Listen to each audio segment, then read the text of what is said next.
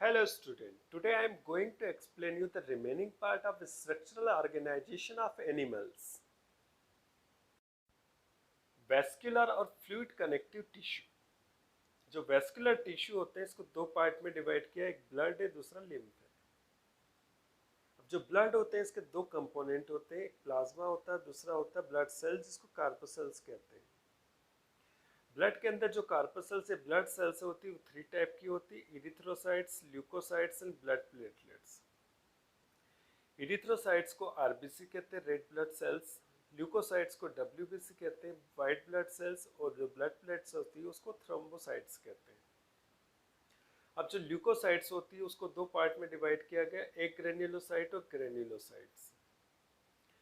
जिन sales के अंदर granules नहीं होते वो एक ग्रेन्युलोसाइट्स होती है। एक ग्रेन्युलोसाइट को अगेन दो पार्ट में डिवाइड किया गया, मोनोसाइट्स और लिम्फोसाइट्स। और जिन ब्लड सेल्स के अंदर ग्रेन्यूल्स होते हैं उनको ग्रेन्युलोसाइट्स कहते हैं। इनको भी तीन पार्ट में डिवाइड किया गया, न्यूट्रोफिल्स, बेसोफिल्स और एसिडोफिल्स। नेक्स्ट पार्ट आता है लिम्फ। लिम्फ जो होता है इसको भी दो पार्ट में डिवाइड किया गया। इसके अंदर जो नॉन लिविंग पार्ट होता है प्लाज्मा और लिविंग पार्ट होता है ल्यूकोसाइट्स। ब्लड टेस्ट कैसा होता है? साल्टी, थोड़ा नमकीन होता है, स्लाइटली अल्किलाइन होता है। तो पीएच कितना होगा? 7.3 to 7.5। Heavier than water, water के कंपैरिजन में कैसा लगेगा? थोड़ा भारी होगा। और विस्कस होगा मतलब चिपचिपा होगा। It's form about the 7% of total body weight. Suppose कर लो अपनी बॉडी का वेट कितना है? 100 kg। तो जो 7% है मतलब 7 kg जो होगा, 7 लीटर जो होगा आपका, उसके अंदर बॉडी में ब्लड होगा। लगभग एक बॉडी के अंदर कितना ब्लड होता है? 5 to 7 लीटर इन एडल्ट। जो ब्लड होता है उसके दो पार्ट होते हैं, एक प्लाज्मा होता है दूसरा ब्लड सेल्स होते हैं। जो प्लाज्मा होता है नॉन लिविंग पार्ट होता है और टोटल ब्लड का 60% होता है। अब जो प्लाज्मा होता है उसमें 90% वाटर होगा, 10% में सॉलिड्स होंगे जैसे inorganic compound dissolve in water. जो इनऑर्गेनिक कंपोनेंट्स होते हैं वो वाटर के अंदर, प्लाज्मा के वाटर के अंदर डिसॉल्व होते हैं, जैसे chloride, bicarbonate, phosphate, sulphate of sodium, potassium, calcium, magnesium, phosphorus, iodine, iron also present in low quantity. मतलब आयरन और आयोडीन जो होता है वो लो क्वांटिटी में होता है, और बाकी जो जितने भी chloride, bicarbonate, phosphate, sulphate, sodium के सल्फेट होते हैं, पोटेशियम, कैल्शियम और मैग्नीशियम जो होते हैं बहुत अधिक क्वांटिटी में होते हैं। ये सब कहाँ डिजॉल्व होते हैं? जो प्लाज्मा का वाटर होता है उसके अंदर डिजॉल्व होते हैं। मतलब 90% जो वाटर होता है उससे 10% ये सॉलिड उसके अंदर डिजॉल्व होते हैं। तो इस तरह से स्ट्रक्चर फॉर्म होता है प्लाज्मा का। तो अभी आपने देखे थे इनऑर्गेनिक कंपोनेंट, अब देखेंगे ऑर्गेनिक कंपोनेंट ऑफ प्लाज्मा। तो इसके अंदर प्रोटीन होता है, प्लाज्मा प्रोटीन और serum protein, like globulin, albumin, fibrinogens. तो ये प्रोटीन भी डिसॉल्व होती है किसके अंदर? प्लाज्मा के अंदर। इसके अलावा इसमें कुछ न्यूट्रिएंट भी होते हैं और कैटलिस्ट भी होते हैं, जैसे glucose, fats, fatty acid, phospholipids, cholesterol, vitamin, amino acids and hormones. ये सब डिसॉल्व होते हैं प्लाज्मा के अंदर। इसके अलावा इसमें वेस्ट प्रोडक्ट भी होते हैं, जैसे अपनी बॉडी में जो अमोनिया फॉर्म होता है, यूरिक एसिड होता है, क्रिएटिन होता है, क्रिएटिनिन होता है, ये सब भी इसमें किसमें पाया जाता है? प्लाज्मा में। इसके अलावा गैसेस भी होती है, O2, CO2, नाइट्रोजन गैस, जो आप इनहेल करते हो, ब्रीदिंग करते हो, तो उसके द्वारा आप क्या करते हो? ऑक्सीजन को तथा नाइट्रोजन को इनहेल करते हो। उसके अलावा अपनी बॉडी में CO2 फॉर्म होती है वो भी प्लाज्मा में डिसॉल्व होती है। एंटीकोएगुलेंट, जो ब्लड को जमने नहीं देता है, जैसे हिपेरिन, जो मास सेल्स के द्वारा सिक्रेट होता है, तो ये भी कहाँ होता है? प्लाज्मा में। Functions of plasma, it distribute organic food substance to the cells and tissue and excrete substance from it। ये सेल्स और टिश्यू को क्या पहुंचाते हैं? ऑर्गेनिक फूड सब्सटेंस पहुंचाते हैं, और वहां से क्या निकालते हैं? एक्सक्रीटरी प्रोडक्ट निकालते हैं। It collect CO2 from respiratory surface and supply O2 to them. जो रेस्पिरेटरी सरफेस है वहां से क्या कलेक्ट करेंगे? CO2 को, और कहाँ ले जाएंगे? बाहर से, अपनी बॉडी के बाहर। और बाहर से क्या करेंगे? कलेक्ट करके क्या लाएंगे? Oxygen. It conduct hormones, vitamins, antibodies, antitoxin in the body. ये बॉडी के अंदर क्या कंडक्ट करते पहुंचाते? हार्मोन्स, विटामिन्स, एंटीबॉडीज और एंटीटॉक्सिन्स को कंडक्ट करते हैं।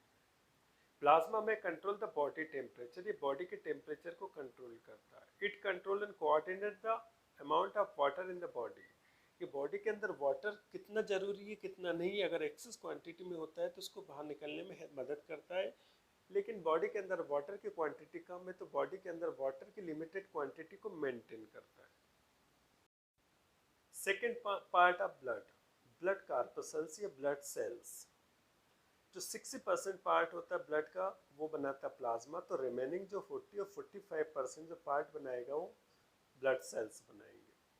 ब्लड के अंदर 3 टाइप्स की ब्लड सेल्स होती है। पहली इरिथ्रोसाइट्स या रेड ब्लड कार्पसल्स या आरबीसीएस।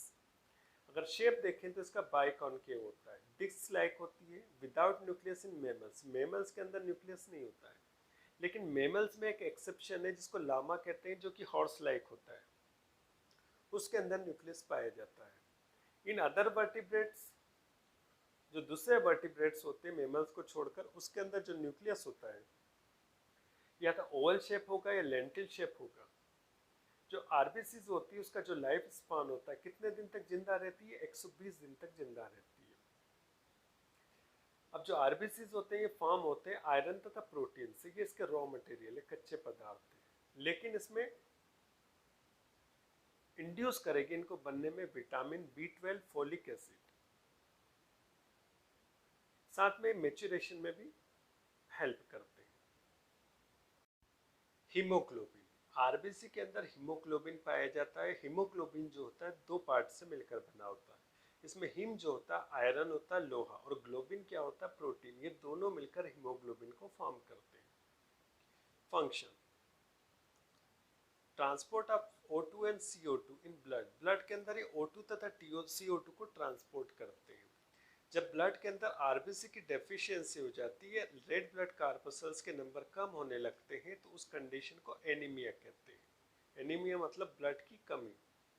पॉलीसाइथीमिया, जब बॉडी के अंदर ब्लड के अंदर आरबीसी नॉर्मल से ज़्यादा हो जाते हैं, एबनॉर्मल हो जाते हैं, तो उस कंडीशन को पॉलीसाइथीमिया कहते हैं।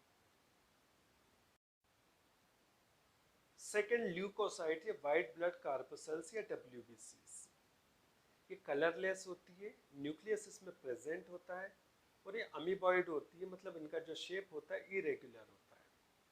Found less in the number of erythrocyte, body के अंदर ब्लड के अंदर जितनी आरबीसीज होती है उसके कंपैरिजन में इनका जो नंबर होता है वो कम होता है। इनका जो लाइफ स्पान होता है कितने दिन तक सर्वाइव करती है? 12 to 13 डेज। अगर बॉडी के अंदर ब्लड के अंदर ल्यूकोसाइट्स की डेफिशिएंसी हो जाए तो उस कंडीशन को ल्यूकोपेनिया कहते हैं। लेकिन अगर ल्यूकोसाइट्स इंक्रीज हो जाए, ज़्यादा हो जाए, तो उसको कहते हैं ल्यूकोसाइटोसिस। ल्यूकोसाइट है capacity to change their shape as per need. Leucocytes के अंदर एक कैपेसिटी होती है कि वो अपने बॉडी का जो शेप होती है वो चेंज कर लेती है जैसी ज़रूरत होती है उसके हिसाब से, और वो कहीं पर भी बॉडी के अंदर पहुंच जाती, जहां उसको क्या करना होता है? प्रोटेक्शन करना होता है। Therefore, this can pass through the blood capillary, इसी कारण ये ब्लड कैपिलरी से होकर गुजर जाती है और ये घूमती रहती है, भटकती रहती है सेल्स तथा नेबरिंग टिश्यू के बीच में। तो इस प्रोसेस को डायपेडेसिस कहते हैं। ब्लड कैंसर और ल्यूकेमिया, जब ब्लड के अंदर ल्यूकोसाइट्स की एबनॉर्मल क्वांटिटी हो जाती है, तो जब WBC बढ़ेंगे तो RBC कम होंगे, तो उस कंडीशन को क्या कहते हैं? ब्लड कैंसर और ल्यूकेमिया। जो ल्यूकोसाइट्स होती है उसके 2 पार्ट होते हैं, ग्रेन्युलोसाइट जिसमें ग्रेन्यूल्स होते हैं, एक ग्रेन्युलोसाइट जिसमें ग्रेन्यूल्स नहीं होते। तो पहले देखेंगे granulocytes, leucocytes. Granule present in the cytoplasm, cell है तो सेल में साइटोप्लाज्म होगा, उसके अंदर ग्रेन्यूल्स होंगे। इनके जो न्यूक्लियाई होते हैं वो लार्ज होते हैं, इरेगुलर इन शेप में होते हैं। अब जो ग्रेन्युलोसाइट्स होती है वो 3 टाइप्स की होती है। पहला है इओसिनोफिल्स या acidophils. Granules of this cells stand with the acidic dye like eosin. इनकी जो सेल है उसमें जो साइटोप्लाज्म के अंदर जो ग्रेन्यूल्स है इनको रंगा जा सकता है। कौन सी डाई से? कौन से कलर से? एसिडिक डाई से। तो एसिडिक डाई का एग्जाम्पल है इओसिन। इनका जो न्यूक्लियस होता है बाइलोब्ड होता है, 2 लोब में डिवाइड होता है। फंक्शंस, जो इयोसिन्स होती है, इयोसिनोफिल्स होती है, वो क्या फंक्शन करती है? Destructions and detoxification of toxins. Body के अंदर कोई टॉक्सिन्स आ गया है तो उसको डिस्ट्रक्ट करेगी, तोड़ेगी, और बॉडी के अंदर जो टॉक्सिन्स है उसको बाहर निकालेगी। इयोसिनोफिलिया, ये एबनॉर्मलिटीज है। जब ब्लड के अंदर इयोसिनोफिल जो उसके नंबर एबनॉर्मल हो जाते हैं तो उस कंडीशन को इयोसिनोफिलिया कहते हैं। You can see in this diagram the various types of blood cells like frog erythrocytes, eosinophils, lymphocytes, monocyte, neutrophils, basophils, platelets, एक ग्रेन्युलोसाइट्स। ग्रेन्यूल्स जो होते हैं इसमें एब्सेंट होते हैं। न्यूक्लियस जो होता है विदाउट लोब्ड होता है। न्यूक्लियस एक सिंगल होगा, उसमें कोई लोब नहीं होंगे। ये 2 टाइप्स की होती है। पहला है लिम्फोसाइट्स, स्मॉल सेल्स होती है लेकिन न्यूक्लियस इसमें बड़ा होता है। Functions, produce serum globulin which associate with the antibodies and antitoxins formation. इनके द्वारा क्या सिक्रीट होता है? सीरम ग्लोबुलिन सिक्रीट होता है, जिसकी किससे जुड़ा होता है? एंटीबॉडी तथा एंटीटॉक्सिन फॉर्मेशन। मतलब जो सीरम ग्लोबुलिन सिक्रीट होगा वो क्या फॉर्म करेगा? या तो एंटीबॉडी फॉर्म करेगा, एंटीटॉक्सिन फॉर्म करेगा। तो एंटीबॉडीज किससे अगेंस्ट वर्क करती है? एंटीजन के। और एंटीटॉक्सिन्स किसके अगेंस्ट वर्क करेगा? टॉक्सिन्स के। हीलिंग वाउंड, जो घाव होता है उसको भरने में मदद करते हैं। सेकेंड है मोनोसाइट्स, लार्ज होती है, Oval and bean shaped nucleus होगा। इसका जो न्यूक्लियस होगा सेल्स का वो कैसा होगा? अंडाकार होगा या किडनी शेप होगा। Function, scavenger of dead cells and remove dead and damage cells. ये सेल्स के अंदर जो होती है डेड सेल्स होती है, डैमेज सेल्स होती है, उसको इंजेस्ट करती, भक्षण करती, खाती है, और सेल को क्या करती है? साफ रखती है। You can see in this diagram the type of granulocyte cells and types of agranulocyte cells. जो एक ग्रेन्युलोसाइट सेल्स होते हैं उसके 3 टाइप्स हैं। पहली बेसोफिल, सेकेंड है इयोसिनोफिल्स और थर्ड वन है न्यूट्रोफिल्स। और जो एक ग्रेन्युलोसाइट्स है उसके अंदर क्या है? इरिथ्रोसाइट्स है, लिम्फोसाइट्स और मोनोसाइट्स है। थर्ड जो सेल्स है ब्लड प्लेटलेट्स है, थ्रोम्बोसाइट्स है। साइज होता है इनका छोटा, कलरलेस होती है, फ्लैट मतलब चपटी होती है और इसमें ग्रेन्यूल्स होते हैं। इनमें न्यूक्लियस नहीं होता है। और ये कहाँ फॉर्म होती है? रेड बोनरों के द्वारा फॉर्म होती है। इनका जो लाइफ स्पान होता है 6 to 10 डेज होगा। जब बॉडी में इनकी डेफिशिएंसी हो जाती है तो उसको थ्रोम्बोपेनिया कहते हैं, और ये फंक्शन करती है ब्लड को क्लॉट करने का, खून को जमाने का। Haemopoiesis, the formation of blood in lymphatic and myelin tissue. Lymphatic और माइलिन टिश्यू में जो ब्लड का फॉर्मेशन है, इस प्रोसेस को हीमोपोइसिस कहते हैं। और जिन टिश्यू में इनका फॉर्मेशन होता है उसको हेमोपोइटिक टिश्यू कहते हैं। मेमेलिन जो एम्ब्रियो होता है उसके अंदर योक, लीवर, बोन मेरो, थाइमस, ये वर्क करते हैं हेमोपोइटिक साइट्स की तरह से। इन्हीं के अंदर क्या फॉर्म होगा? ब्लड का फॉर्मेशन होगा। Erythropoiesis, erythroblast are the precursor of RBCs. जब रेड ब्लड सेल्स फॉर्म होती है तो उसके पहले की जो सेल्स होती है उसको इरिथ्रोब्लास्ट कहते हैं, या उसका प्रिकर्सर कहा जाता है। Erythroblast have the spherical nucleus and basophilic cytoplasm. Erythroblast जो होती है उसमें जो न्यूक्लियस होता है वो स्फेरिकल होता है और बेसोफिलिक होता है, मतलब उसके न्यूक्लियस को कलर किया जा सकता है बेसिक डाई से। लेकिन जैसे मैच्योरेशन होता है तो ये इरिथ्रोब्लास्ट जो कन्वर्ट हो जाती है आरबीसीज में, और इसका जो न्यूक्लियस होता है इरिथ्रोब्लास्ट का, ये डिसअपेयर हो जाता है। और जो इरिथ्रोब्लास्ट होती है वो कन्वर्ट हो जाती है इरिथ्रोसाइट्स या आरबीसीज के अंदर। Functions of blood, blood is a connective tissue, it has many function, important ones are given.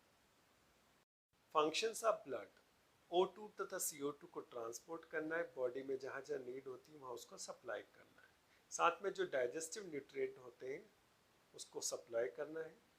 Waste product को ट्रांसपोर्ट करना है, बॉडी का जो टेम्परेचर है उसको रेगुलेट करना है, बॉडी का जो पीएच है उसको मेंटेन करना है।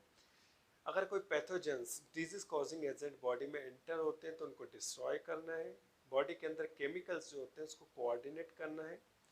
और ब्लड लॉस, अगर ब्लड क्लॉटिंग और कोएगुलेशन ऑफ ब्लड और इमरजेंसी प्लग, इसमें बहुत सारे फैक्टर्स होते हैं। ब्लड कोएगुलेशन की जो प्रोसेस होती है उसके अंदर इन्वॉल्व होते हैं।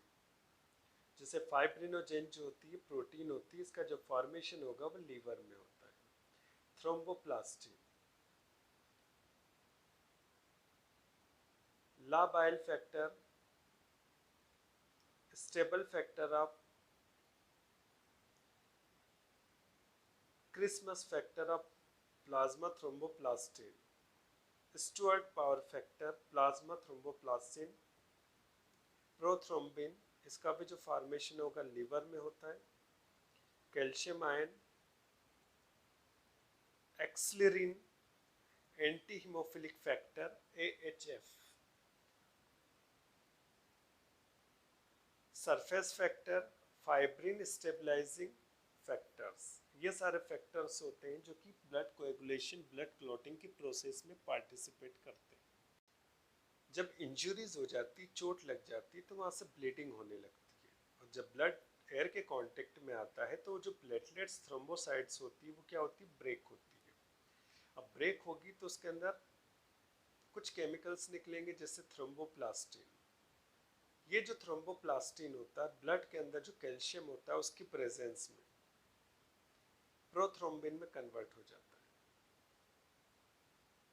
जो कि इनएक्टिव होता है। अब ये प्रोथ्रोम्बिन कैल्शियम आयन तथा थ्रोम्बोकाइनेज एंजाइम की प्रेजेंस में थ्रोम्बिन में कन्वर्ट हो जाएगा। उसी तरह से अब जो थ्रोम्बिन बना है ये एज अ कैटलिस्ट की तरह वर्क करेगा। तो जो ब्लड के अंदर फाइब्रिनोजन प्रोटीन होते हैं सॉल्यूशन के फॉर्म में, in the presence of thrombin calcium ion, ये फाइब्रिनोजेन जो होते हैं वो कन्वर्ट हो जाएंगे फाइब्रिन में, जो कि फाइब्रिन जो होती है जेल लाइक स्ट्रक्चर होती है और फाइबर्स से बने होते हैं। अब ये जो फाइब्रिन होती है उस जहाँ इंजुरीज हो गई है वहाँ पर चारों तरफ एक नेटवर्क बना देती है, जाल बना देती है, जिसमें से जब ब्लड निकलेगा तो ब्लड सेल्स उसमें फंस जाएगी, ट्रैप हो जाएगी, तो उसको क्लॉट कहते हैं। और ये जो क्लॉटिंग होती है तो स्टार्टिंग में येलो कलर की होती है, लेकिन जैसे जैसे एयर से कांटेक्ट करती है तो उसका कलर जो होता है डार्क ब्राउन होता है, जिसको ब्लड क्लॉटिंग या इमरजेंसी प्लग कहते हैं।